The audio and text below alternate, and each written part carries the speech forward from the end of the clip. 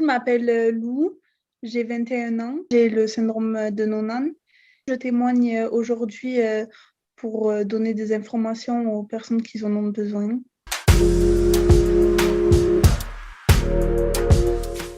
Est-ce que tu dois prendre un traitement? Non, pas du tout. Juste, j'ai des visites à faire une fois par an. Et voilà. Après, si j'ai des douleurs, tout ça, reprendre aussi un rendez-vous.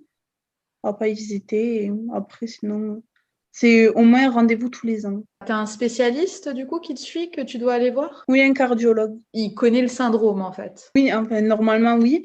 Après, j'étais suivie dans un institut. Ils prennent pas les majeurs. Donc, là, je les ai quittés il y a un an. Donc, le prochain rendez-vous que j'aurai à faire, il faudra que je trouve un nouveau cardiologue que je ne connaîtrai pas et qui ne me connaîtra pas aussi personnellement. Après, je ne sais pas s'il connaîtra mon cas ou pas. T'as pas eu des recommandations de ton institut? Non, pas trop. Ils m'ont dit qu'il y en avait des pas mal au niveau de là où j'habite. Et après, voilà, c'est tout. C'est dommage ça qui t'ait pas Oui, donné de nom. c'est vrai. Ouais, parce que c'est pas la première fois. Je pense que du coup, vu qu'ils s'occupent que des mineurs, ils doivent savoir qu'il y a une Oui. transition. Après, j'ai une généticienne qui me suit, qui nous a donné un nom. Mais bon, elle aussi, elle nous a donné un nom en nous disant qu'elle était bien, tout ça, mais elle nous a pas dit oui, elle connaît particulièrement ce que j'avais moi. Donc après, peut-être elle connaît, hein, parce que ça se connaît. Il y a beaucoup de monde qui commence à en parler. Donc après, ça à voir. Et, Après, elle me suit aussi depuis que je suis petite. Donc là, j'ai eu un rendez-vous en 2020. Et du coup, ça faisait 10 ans que je ne l'avais pas vue. Donc, ça faisait un moment. Et vu qu'il y a eu beaucoup de choses qui se sont passées entre-temps, et puis en 10 ans, il y a beaucoup de choses qui changeaient. J'étais petite, donc bien sûr, quand elle m'a vue, ça lui a fait bizarre. Enfin, bizarre. Je pense pas qu'elle se souvienne de moi, mais avec le dossier, en tout cas, elle a dit, ouh là là, ça fait bizarre. Avoir des médecins qui te suivent depuis le plus jeune âge, c'est plus facile, même pour eux et même pour moi, d'y aller. C'est un peu comme la famille, quoi. Je dis, tu y vas tranquille. Même là, du coup, vu que je vais changer de cardiologue, je vais plus voir les mêmes têtes. Avant, j'y allais, ils me connaissaient, donc c'était plus facile. Enfin, ils étaient gentils. Donc, de les quitter, c'est pas facile. Enfin, c'est un changement, quoi. Je me suis dit, est-ce que ça va être mieux ailleurs? On a toujours ce sentiment-là. bah, on sait jamais, hein, si on change pas, on sait jamais si c'est mieux ailleurs ou pas. Hein. Oui, mais là, c'était vraiment un envers cocon parce que c'était exprès pour les enfants. Donc après, quand tu rentres dans l'âge adulte, tu sais qu'il y a des gens qui font moins attention à toi que quand tu es petit. Donc voilà. Donc ça aussi, est-ce que ça va être mieux ou pas? Je pense pas parce que bon, quand j'y allais, vraiment, c'était vraiment détente, c'était bon enfant, c'était voilà, un peu comme la maison. Il n'y avait pas un stress à y aller, où il faut que j'y aille, comment ça va être, est-ce qu'ils vont être gentils, est-ce que ça va être comme ça.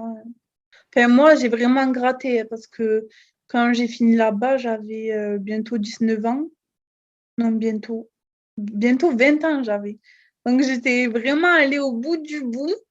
Ils m'ont gardé au maximum qu'ils pouvaient et bon, ça aussi, j'ai apprécié de leur part, hein, qui me lâchent pas comme ça. Même eux, après, ils ont vu que je voulais pas partir, mais bon, au bout d'un moment, ils ne pouvaient pas me garder jusqu'à 25 ans, même plus.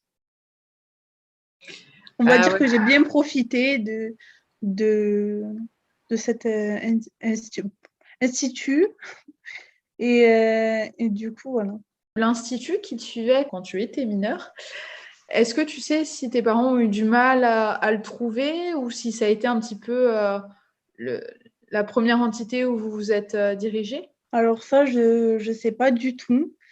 Parce que, bon, avant ça, j'étais suivie au CHU par un docteur déjà. Et après, je suis allée chez eux parce qu'il a pris sa retraite. Donc, je pense que c'est ce médecin-là qui a conseillé à mes parents cet institut. Et puis après, voilà. Après, pour le cardiologue qu'ils ont trouvé dès le début, je ne sais pas du tout. Je sais juste qu'il m'a suivi depuis ma naissance. Puis après, ça s'est fini à sa retraite. Quand tu vas voir un autre professionnel de santé, tu dois lui expliquer le syndrome ou ça les impacte? Des fois, il pose la question, parce que bon, je dis que j'ai ce syndrome, donc il s'interroge et il me pose des questions.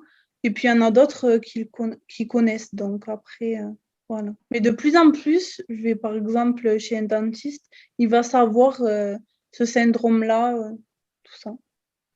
Qu'avant, pas du tout. Il disait, oh, c'est quoi ça? Ça existe? Ben, après, voilà. Je pense avec le temps, ça se fait connaître. C'est un nom qui doit revenir ou qui... Oui, voilà, je pense. Pour t'expliquer, c'est vrai que c'est assez rare pour les maladies rares. Généralement, en fait, quand les gens ils vont parler soit à leur généraliste, soit à leur autre médecin, ils connaissent pas. Ils sont mais c'est Oui. quoi? Bon, au début, c'était ça. Après, là, ça commence à se faire connaître. C'est pour ça. Donc, après, j'ai moins de mal à expliquer ça, enfin, ce que j'ai, qu'avant, que ça se connaissait moins, quoi. Est-ce que maintenant, tu es à l'aise pour expliquer ton syndrome, vu qu'avant, c'était sûrement tes parents qui expliquaient? Ça dépend des fois. Je reste quand même très timide au premier abord. Du coup, ben, je suis dans la réserve et même si on me pose des questions, ça va être très bref et peut-être que je vais oublier des points importants ou des choses comme ça. Mais bon, déjà, les rendez-vous les plus importants, il y a toujours ma mère qui vient avec moi. Oui, ça permet de te rassurer aussi. Oui, voilà. Et puis, elle s'y connaît mieux sur le sujet. Même si c'est moi qui a ce syndrome, elle le connaît depuis très longtemps. Enfin, elle s'est beaucoup renseignée sur ça. Puis elle m'a vu grandir avec, donc c'est pas pareil. Ça, tu sais, c'est courant pour les enfants atteints de maladies rares. Souvent, les parents, c'est devenu de vrais experts parce qu'ils connaissent ça depuis que tu es tout petit. C'est ça. Donc, et puis après, c'est vrai qu'il y a la transition et tout, et tu te dis, ah bah, mince, faut que j'explique maintenant. C'est ça.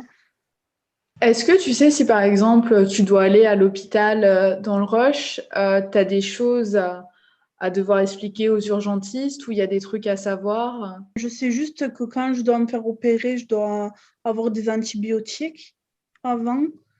Après, comme ça, à dire le premier instant ben, que j'ai ce syndrome-là.